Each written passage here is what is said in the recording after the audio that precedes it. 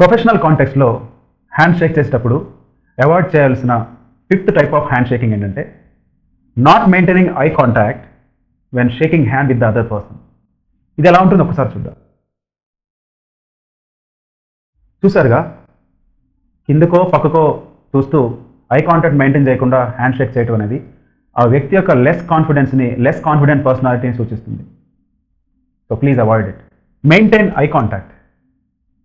మీరు shake hand చేసేటప్పుడు అవతలి పర్సన్తో ఐ కాంటాక్ట్ కంపల్సరీగా మెయింటైన్ చేయాలి. మీరు ఐ కాంటాక్ట్ మెయింటైన్ చేస్తూ హ్యాండ్ షేక్ చేయడం వల్ల అది మీ యొక్క కాన్ఫిడెంట్ పర్సనాలిటీని రిఫ్లెక్ట్ చేస్తుంది. అట్ ద సేమ్ టైం మీ యొక్క ఆనెస్టీని కూడా రిఫ్లెక్ట్ చేస్తుంది. ఐ కాంటాక్ట్ మెయింటైన్ చేయమన్నారు కదా అని చెప్పి మరీ అలా తీక్షణంగా చూడకండి.